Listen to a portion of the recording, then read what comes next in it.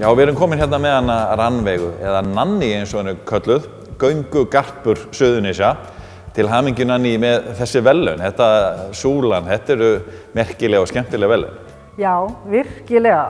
Áttirðu von á þessu? Maður spyr nú eiginlega alltaf að því. Nei, ég átti ekki von á þessu. Og ég er bara mjög hrærður og þakklátt fyrir að hafa fengið þessi virðulegu verðlaun. Ef við förum aðeins lengra aftur í tímann, þú ert búin að vera að þessu í 15 ár að kynna gönguleiðir og fara með Suðurnesjamenn hérna allt svæðið okkar. Og hvernig byrjaði þetta? Sko, þetta byrjaði fyrir svona, 15 árum, árið 2000, að þá hittust við nokkrir vinir sem voru búin að ferðast víða Ísland og ganga bara út allt. Og okkur fannst eiginlega ómögulegt að þurfa að vera að fara eitthvað langt út á land til þess að fara í gönguferðir. Hvort það var ekki hægt að bara labba út heima frá sér og fara bara í 2-3 tíma gönguferð og njóta náttúrunnar. Svo við fórum að horfa á svona svolítið nær og fórum að pæla, við hljótum ekki að gengja Reykjanesskagann og eitthvað hlýtur að vera þar. Og svo við ákváðum bara að kanna það og við byrjum á því að hittast í Straumsvík í Hafnarfirði og ákváðum þá við skildum nota sumarið til þess að labba meðfram ströndinni frá Straumsvík til Grindavíkur og gera þetta bara á einu sumri og vita hvort að við værum ekki ykkur nær svona Reykjanesskagann eftir svoleiðis sumar. Og við gerðum það og það gekk bara mjög vel og við vorum þarna eitthvað 6 eða 7 sem að byrjuðum. Svo þegar sumarið var að enda þá vorum við orðin helmingi fleiri. Og við vorum bara svo ánægð með okkur eftir þetta sumar að við héldum áfram næsta sumar og það sumar var líka mjög áhugavert og hópurinn var ennþá stærri. En voruð þið strax farin að leita að finna nýjar gönguleiðir? Já, eftir fyrsta sumari þá fórum við að sjá það, já, það var gaman að labba þarna og þvert yfir Skagann og labba á þetta fjall og hitt fjalli eftir sem við sáum meira og svona. Og svo fór ég svona að leika mér því að mér langaði svona að vita meira. Þá fór ég að finna mér efni til þess að lesa næstu ferð sem við varum að fara til þess að geta það miðla til hinna. Og þegar ég gerði það, þá fannst mér það svo ofboðslega áhugavert að mér fannst hreinlega að vera bara saga út úr hverjum einasta hól. Og svo þegar maður fór að átta sig á jarðfræðinni og hvað hún ofboðslega lifandi og hreinlega bara lifnaði við lappirnar á okkur. Að þá fór ég alltaf að hafa meira og meira gaman af þessu og lesa meira og svona miðla. Þannig eiginlega vaknaði svona áhugi minn á svæðinu.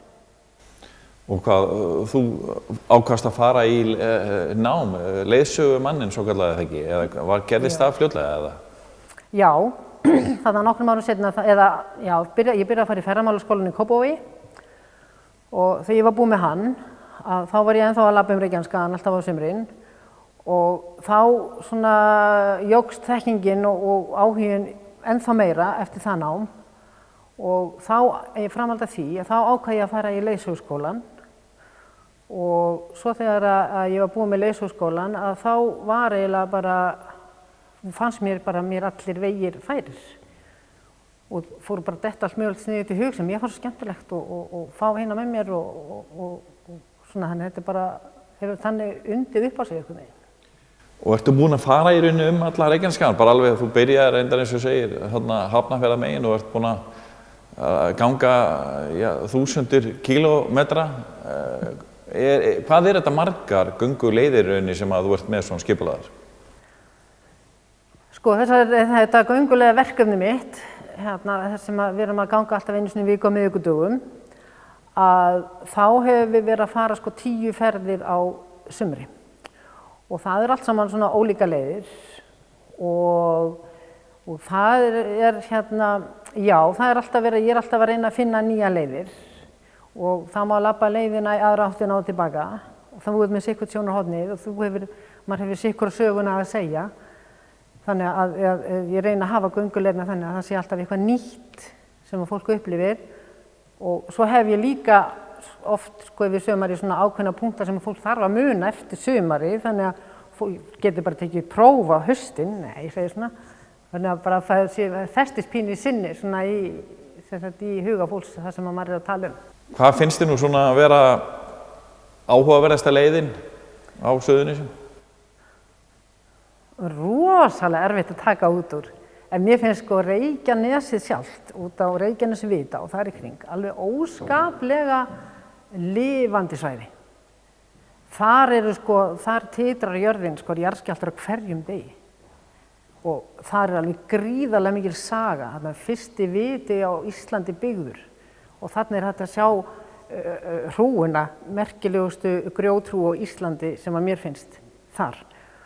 Og þar gengur Atlantshryggjurinn á land.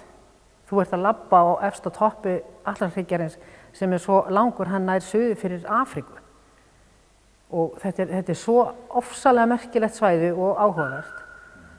Og svo náttúrulega fullt af öðrum leiðum. Mér finnst Skógfellavegurinn óskaplega fallegur sem liggur frá Vogum og til Grindavíkur. Hann er 17 kílómetrar, tekur svona 6 tíma að labba. Hvað er þetta margt sem er svona meðaltali í göngunum hjá þér? Þetta hefur verið svona alls konar.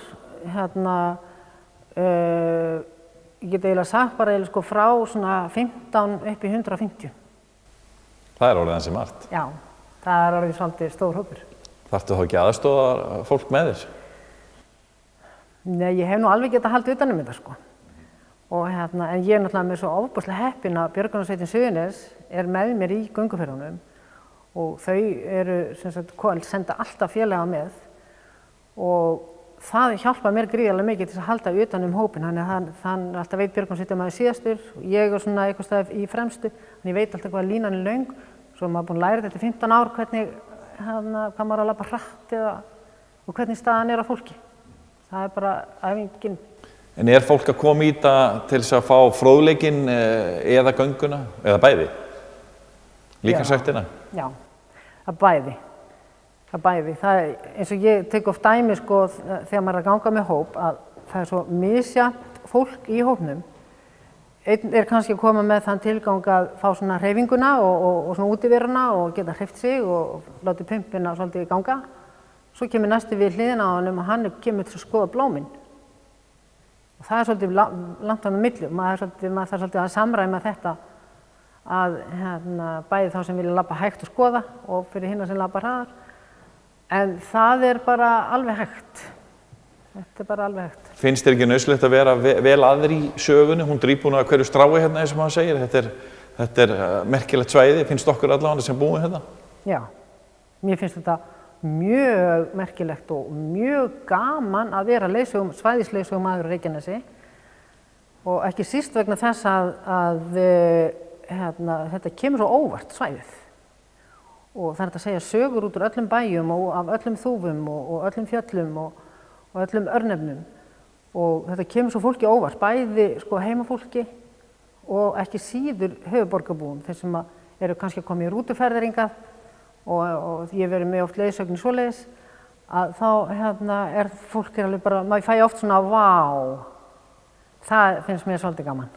Já, þetta er náttúrulega gríðarlega svona, hvað ég að segja, þetta er mikil urð og grjót hérna, en það er náttúrulega eitthvað grasi líka, þú veist, þetta eru allur Reykjanesskaginn, Vogar og Grindavík og Keflavíkurgarður, Sandgerði, út í Hafnir og allt þar á milli eins og maður segir. Já, þetta er maður er alltaf spurning hvað maður mælir náttúrufegurðina, hvar mælum við hana og það er mjög mismunandi eftir einstaklingum. Erum við að mæla allir fegurðina eftir skógi og grasi, sumir mæla hana kannski eftir hrauni, aðrir eftir bara sögu, það er svo mismunandi og en mér í mínum huga að þá finnst mér bara Reykjanesi svo fjölbreytt að þessu leitinu, það er ekkert síður gaman að ganga hraunin og ímynda sér og gera sér hugalund og lesa sér til hvenær rann þetta hraun og hvaðan kom þetta og á hvað löngum tíma, hvað var þetta heitt, hvernig rann þetta og svo að labba inn í þessu, þetta er svona stundum eins og að labba inn í listasal þar sem að þú tímir ekki að stíga niður fæti af því þú vilt ekki vera að eyðileggja eitthvað. Ég fæ bara oft svona tilfinningu og göngufólkið mitt sé ég líka, þannig að ég er ekkert ein það. Og svo þessi fallega strönd hérna og þannig að það ekki, ferðið alveg niður á svona, gengur með sjónum líka? Já, það er æðisgengilega gaman að ganga með sjónum á Reykjanesinu. Þú getur valið það að ganga eftir hvítri sandströnd, viltu svarta sandströnd að ganga eftir, viltu klettaströnd, viltu sjá strönd þar sem þú hefur séð hvernig hraunið þegar það rann niður, hvernig það rann út í sjóinn, viltu sjá sjávarhamrana undir þessu hrauni.